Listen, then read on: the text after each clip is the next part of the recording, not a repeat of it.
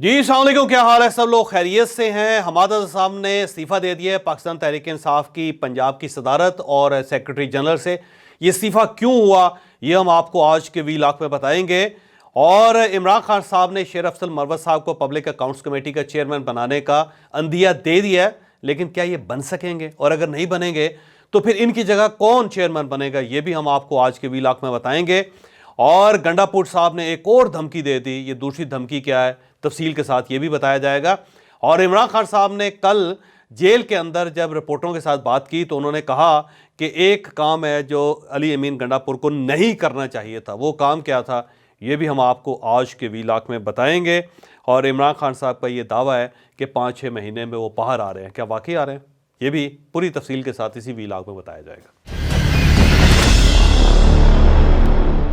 कल इमरान खान साहब अडयाला जेल में उनका ट्रायल चल रहा था 190 मिलियन पाउंड का, और वहाँ पे जाहिर है नए गवाह पेश हो रहे थे और उनके ऊपर क्रॉस एग्जामिनेशन हो रही थी। उस्मान गिल साहब जो वकील हैं इमरान खान साहब बुशरा बीबी के, वो वहाँ पे क्रॉस एग्जामिनेशन कर रहे थे। लेकिन कल शुएब शाहीन समेत बहुत सारे लीडर इमरान खान साहब से मुलाकात करने के लिए जेल के अंदर गए।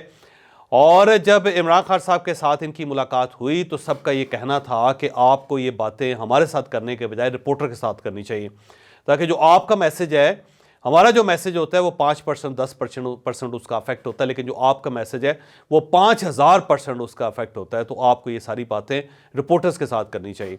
ये मशवरा उन्हें शुएब शाहीन ने दिया था और इमरान खान साहब को ये मशवरा अच्छा लगा तो उन्होंने शुएब शाहीन साहब से कहा कि आप आएँ और मेरे साथ खड़े और मैं रिपोर्टरों से बात करता हूँ। फिर उन्होंने रिपोर्टर से बात की और उसमें एक तो उन्होंने ये कहा कि 5-6 महीने और मैं जेल काट लूँगा, उसके बाद मैं रिहा हो जाऊँगा और ये गवर्नमेंट 5-6 महीने के बाद ख़त्म हो जाएगी। तो ये बात उन्होंने बड़े वसूख के साथ की।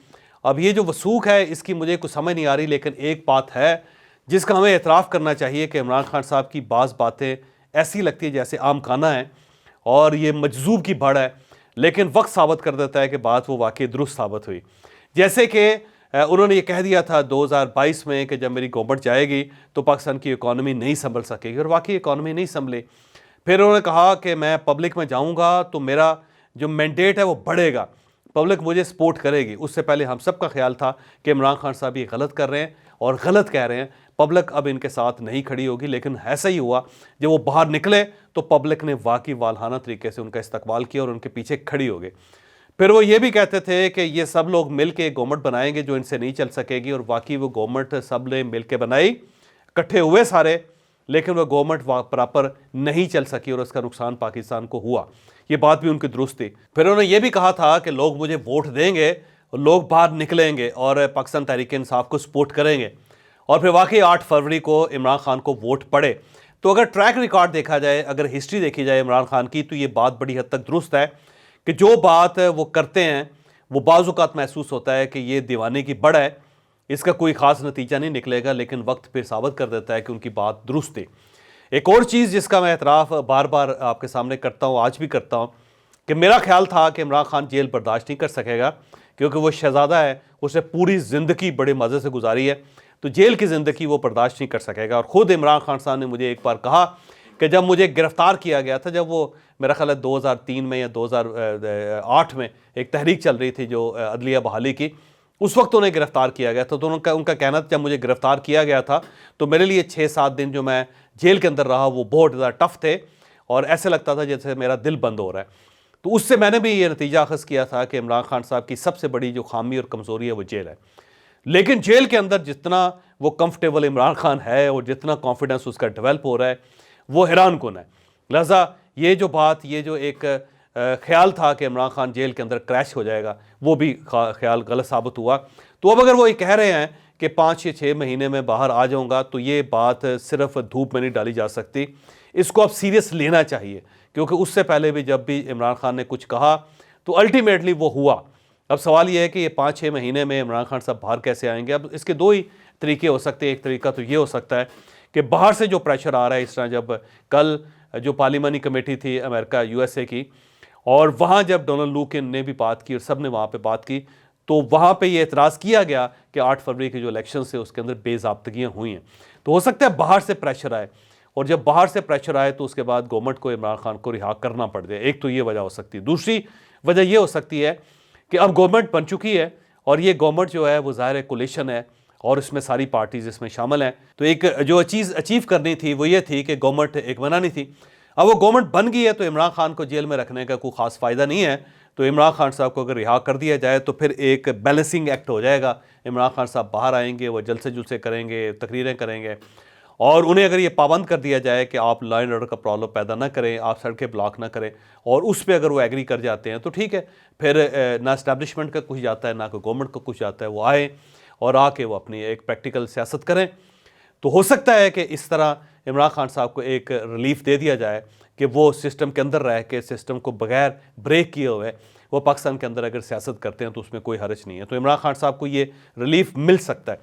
मेरी अपनी ज़ाती राय भी है कि हो सकता है 5-6 महीने में ना हो, लेकिन 1 साल के अंदर अंदर इमरान खान को ये रिलीफ मिल जाएगा। इमरान खान साहब वाकई बाहर आ सकते हैं और इसमें कोई अनहोनी बात नहीं है और यही गवर्नमेंट जो है वो उनको रिलीफ दे सकती है। लेकिन उसके लिए पैरामीटर्स यही होंगे कि इमरान खान साहब पाकिस्तान में रहेंगे, कोई लॉ एंड ऑर्डर का प्रॉब्लम पैदा नहीं करेंगे।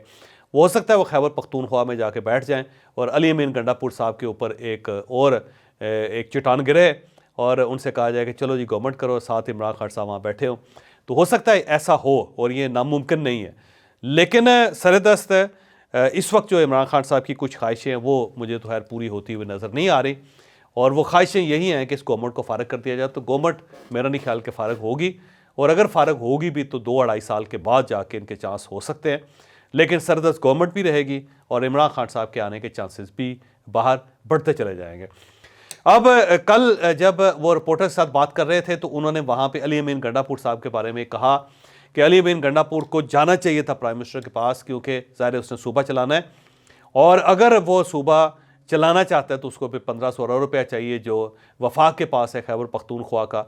तो उसे अपना हक लेने के लिए वज़ीर-ए-आज़म के पास जाना चाहिए था। ये बात दुरुस्त है, वो चला गया, लेकिन उसे उस वक्त तक वज़ीर-ए-आज़म के साथ तस्वीर नहीं बनवानी चाहिए थी जब तक उसे उसका हक नहीं मिलता।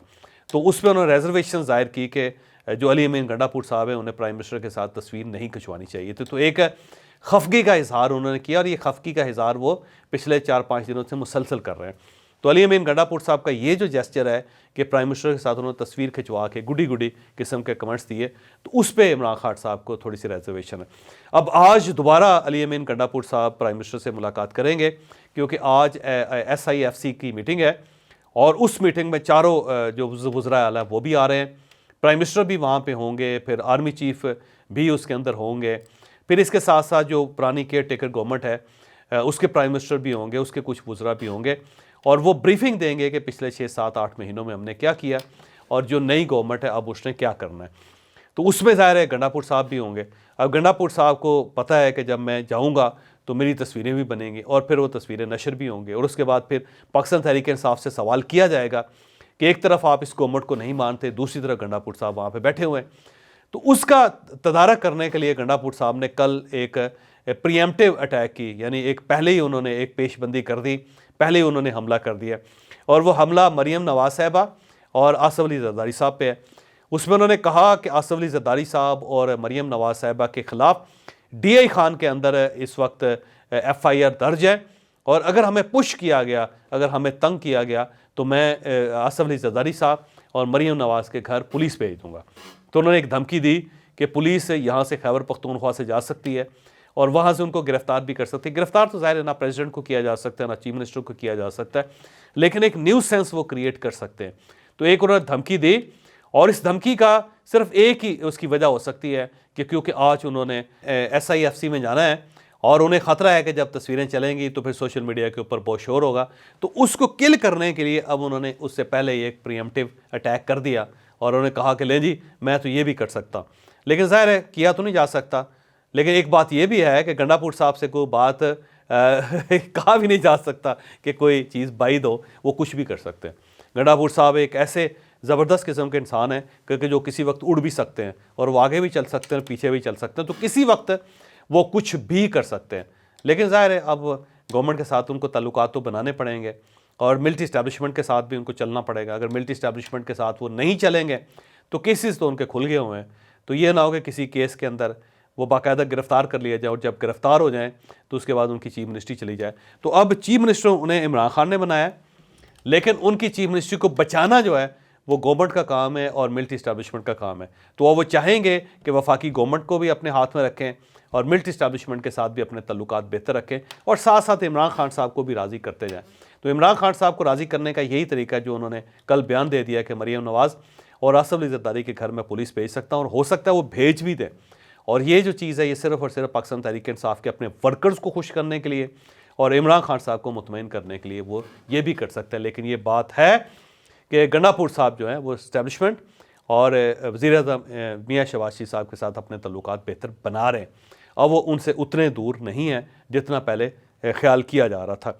कल शेर अफजल मरवत साहब को इमरान खान साहब ने पब्लिक अकाउंट्स कमेटी का चेयरमैन बनाने का फ़ैसला कर लिया। उन्होंने कहा कि अनाउंस कर दें, लेकिन इसके ऊपर बहुत सारे लोगों के एक नए तासुरात निकल रहे हैं। उन सब का ये कहना है कि इमरान खान साहब को पता है कि हुकूमत नूर आलम साहब को बनाना चाह रही है पब्लिक अकाउंट्स कमेटी का चेयरमैन, क्योंकि उससे पहले भी वो पब्लिक अकाउंट कमेटी के चेयरमैन रहे हैं और गवर्नमेंट की गुड बुक में हैं वो, और गवर्नमेंट चाहती है कि उन्हें ही ये ओहदा दिया जाए। और इमरान खान साहब भी जानते हैं कि नूर आलम ही बन रहे हैं। तो अब उन्होंने कहा कि शेर अफजल मरवत को चले मैदान में तो छोड़ें, क्योंकि वो बन तो सकेंगे नहीं, और जो बन नहीं सकेंगे तो वो हमारे ऊपर दबाव नहीं डाल सकेंगे, हमसे रिक्वेस्ट नहीं कर सकेंगे। तो उनको मुतमईन करने के लिए उन्हें कह दिया कि आप अनाउंस कर दें और स्पीकर साहब को ख़त लिखते। स्पीकर साहब को ख़त तो आज सारे पार्टी लिख रही है, लेकिन शेर अफजल मरवत साहब बन नहीं सकेंगे। उसकी बुनियादी वजह यह है कि नूर आलम साहब जो हैं वो कैंडिडेट हैं और गवर्नमेंट ये सीट किसी तरीके से भी पाकिस्तान तहरीक इंसाफ को नहीं देगी। और पाकिस्तान तहरीक इंसाफ इस पर शोर करेगी कि अपोजिशन की सीट होती है, आप हमें नहीं दे रहे, तो उसका जवाब जो है वो खैबर पख्तूनख्वा की शक्ल में दिया जाएगा कि आपने खैबर पख्तूनख्वा में पिछली गवर्नमेंट में आपने अपोजिशन को ये ओहदा नहीं दिया था। जब आप सूबे के अंदर ये ओहदा नहीं दे रहे तो वफाक में भी गवर्नमेंट पाबंद नहीं है कि आपको ये ओहदा दे। और अब आते हैं हमाद अज़हर साहब की तरफ। हमाद अज़हर साहब पाकिस्तान तहरीक इंसाफ के पुराने वर्कर भी हैं, वो मिनिस्टर भी रहे हैं और अब वो पंजाब के सदर हैं पार्टी के, और उसके साथ साथ वो सेक्रेटरी जनरल हैं वफाक में पूरी पार्टी के। कल उन्होंने अचानक इस्तीफ़ा दे दिया और उस पर उन्होंने कहा कि मैं ये ओहदा नहीं संभाल सकता, क्योंकि इस वक्त इमरान खान साहब के साथ रब्ते के लिए एक एक्टिव आदमी चाहिए और मैं ज़्यादा एक्टिव नहीं हूँ, लिहाजा मैं इसे छोड़ रहा हूँ और दोनों ओहदों से मुस्ताफ़ी हो रहा हूँ, लेकिन मैं वर्कर के तौर पे काम करूँगा। अब सवाल ये है कि हमाद अज़हर साहब इससे पहले तो ये इन ओहदों पे बैठे हुए थे और वो इस पे बहुत खुश थे, तो आज अचानक उन्होंने इन दोनों ओहदों को क्यों छोड़ दिया? उसकी बुनियादी वजह यह है कि हमाद अज़हर साहब अब खुश नहीं है पार्टी के साथ। कुछ तो MPA की 2 सीटें हैं जिसके लिए वो चाहते थे कि उनके अपने उम्मीदवार जो उनको टिकट दे दिए जाएँ इस बार, जो ज़ाहिर है जो पार्टी की सीटें खाली हुई उस पर, लेकिन इमरान खान साहब नहीं माने। तो जब इमरान खान साहब नहीं माने तो हमाद अज़हर साहब जो हैं वो अपनी इंसल्ट फील कर रहे हैं। दूसरा, इस वक्त पार्टी में नए लोग आ चुके हैं और वो रोज़ाना की बुनियाद पर इमरान खान साहब के साथ रब्ते में हैं, जबकि ये पुराने लोग जो हैं इनका इमरान खान साहब तक एक्सेस नहीं है। तो जब एक्सेस ही नहीं है और ये पैगाम ही अपना नहीं पहुंचा सकते, और जब पहुंचाते हैं तो पैगाम कुछ और तरह पहुंचता है, तो फिर ज़ाहिर है पार्टी के अंदर इस तरह एक्टिव रहना इनके लिए मुमकिन नहीं। अब हमाद अज़हर साहब के पास 2 ही ऑप्शन थे। एक ऑप्शन ये था कि वो सरेंडर कर दें और उसके बाद गिरफ़्तार हों, गिरफ़्तार होने के बाद वो जेल जाएँ और वहाँ पर इमरान खान साहब के साथ बैठ जाएँ और वहाँ पर उनके साथ गुफ्तगू करते रहें। लेकिन हमाद अज़हर साहब मेरा ख्याल है वो मटीरियल नहीं है कि जो ऐसी सख्तियाँ बर्दाश्त कर सके, वो थानों में जा सकें, वो जेल के अंदर जा सकें। तो हमाद अज़हर साहब ने उसके मुकाबले में उन्होंने अपने दोस्तों के फार्म हाउसेस में रहना ज़्यादा मुनासिब समझा है, जहाँ पे सारी फैसिलिटीज़ भी उनको हैं और उनको वो अवेल भी कर रहे हैं, और साथ साथ वो हर किस्म के दुख से तकलीफ़ से बचे भी हुए हैं, और फिर वो पार्टी के एक सतून भी थे।